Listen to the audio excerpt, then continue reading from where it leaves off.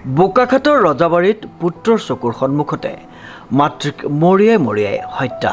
উল্লেখযোগ্য যে বোকাখাটৰ ৰজাবাৰী অঞ্চলত সংঘটিত হৈছে এই লোমহৰ্ষক হত্যাকাণ্ডটো। মই তাৰ মানুহটো মানুহজনী পাৰ্বতী নাহক আৰু আপোনাৰ নামটো কাৰ্তিক নাহক। কি হৈছিলে ঘটনাটো মই নাজানো, বিশেষকৈ সিহঁতি লাগি আছে কেনেকুৱা মই নাজানো। তাৰমানে মই গৰুকেইটা চাবলৈ যাওঁতে সিহঁতি লাগিলে দমকাই মই এৰাব গ'লে মোকে ৰটত মাৰিলে আৰু। কোনে মাৰিলে আপোনাক? সিহঁতি ঘৰৰ মানুহকেইটাই মাৰিলে। তেতিয়াহ'লে তই মানুহজনী চাম নে দনে কাজিয়াখন নাই, মানুহজনী ৱাৰ্ডজন মাত আৰু লৈ যাব লাগে। লৈ আনিলোঁ, বোকাঘাট লৈ গ'ল। বোকাঘাটৰ পৰা ৰখাব নোৱাৰিলে বুলি ক'লে যোৰহাটত আহিল। কিহে মাৰিলে? ইটাৰে মাৰিলে, লাখুটিৰে মাৰিছে, ৰটেৰে মাৰিছে। কি কাৰণে হ'ল ঘটনাটো গম পায়নে? ঘটনাটো গম নাপাওঁ মানে মই ইমান। কোনে মাৰিলে? মোৰ বাইদেউৰ ছোৱালীৰ ল'ৰা বোৱাৰী চব। নামটো কি হয়?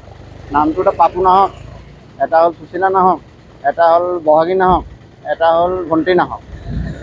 ইয়াত আহি ঢুকাইছে। এতিয়া ৰাতিপুৱা 4টা বজাত ঢুকালে। মূৰত আঘাত পোৱাৰ কাৰণে ঢুকাইছে। মাৰিছে। নিহত মহিলাগৰাকী পাৰ্বতী নায়ক বুলি জানিব পৰা গৈছে। পুত্ৰৰ ভাষ্যমতে এই সমগ্ৰ ঘটনাটো ঘটিছে পুত্ৰ গণেশ নায়কৰ চকুৰ সন্মুখতেই। গণেশ নায়কে আনিছে বিস্ফোৰক অভিযোগ, য'ত তেওঁ উল্লেখ কৰে যে তেওঁৰ মাতৃক নিৰ্মমভাৱে হত্যা কৰে 4জন লোকে। অভিযোগ অনুসৰি পাৰিবাৰিক কোনো কথা কটাকটিৰ কাৰণেই উক্ত হত্যাকাণ্ড সংঘটিত হৈছে।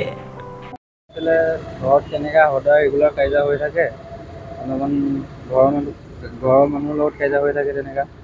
তাৰপৰা সিহঁতি তেনেকৈ কাজিয়া লাগোতে সেইটো আমাৰ ঘৰৰ পৰিয়ালেই হয়। সেইটো পৰিয়াল সিহঁতি আহি পেলাই তাৰপিছত বাঁহ চাহ লৈ আহিছে, আমাৰ ঘৰৰ ফালৰ পৰাও গৈছে। তাৰপিছত গৈ পেলাই তেনেকৈ লাগোতে আমি এৰাব গৈছোঁ।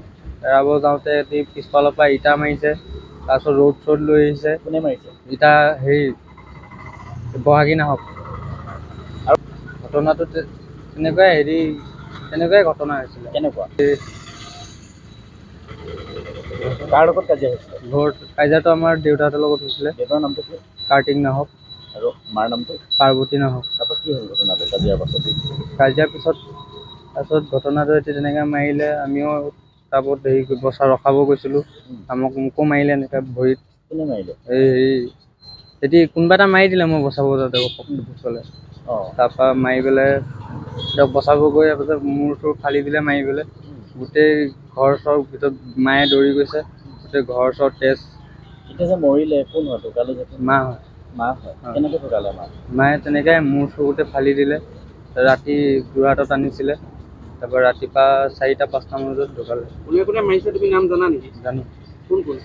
বহাগী নাহক, তাৰপৰা সুশীলা নাহক, পাপু নাহক, তাৰপিছত ভণ্টি ঘাটোৱাল। কেলৈ আহিছিলে? মাৰিবলৈ কেলৈ আহিলে? সেইটো ইমান গম নাপাওঁ। ঘৰৰ এনেকৈ কাজিয়া হৈ থাকে ৰেগুলাৰ, সৰু মৰুকৈ। তাৰপৰা কাজিয়া চাবলৈ কাজিয়া হৈ থকাৰ কাৰণে মাৰিলে। ৰেগুলাৰ হৈ থকাৰ কাৰণে তেনেকৈ কিবা কিবি কৰিলে অলপমান। সেইখিনি গাঁৱৰ মানুহ ওলাই আহিলে, ঘৰত কাজিয়া হৈ থকাৰ কাৰণে গাঁৱৰ মানুহ ওলাই আহিলে। তাৰপৰা ঘৰত মাৰিলে। এতিয়া মা যে ঢুকালে, কেনেকৈ ঢুকালে এতিয়া? মূৰত মৰাৰ কাৰণে। কোনে মাৰিলে মূৰত মৰাটো? এইটো বহাগী নাহক। ইটা চপৰা মাৰিছে। তাৰপৰা ইয়াত আহি ঢুকাইছে নে তাতে? ইয়াত আহি। কোন জেগাত আছিলে ঘটনাটো? বোকাখাট ৰজাবাৰী। তোমাৰ নামটো? গণেশ নাহক।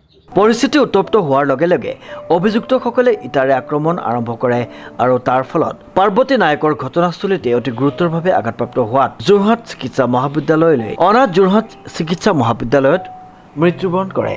বোকাখাট আৰক্ষী থানাত ঘটনাটোৰ সন্দৰ্ভত এটা গোচৰ ৰুজু কৰি ইতিমধ্যে তদন্ত আৰম্ভ কৰিছে। অভিযুক্তসকলৰ সন্ধানত চাৰিওফালে অভিযান চলাইছে বুলি জানিব পৰা গৈছে। উক্ত শোকাবহ ঘটনাই অঞ্চলজুৰি আতংকৰ সৃষ্টি হৈছে বুলি জানিব পৰা গৈছে। অনুপম বৰাৰ ৰিপৰ্ট, নিউজ নাও।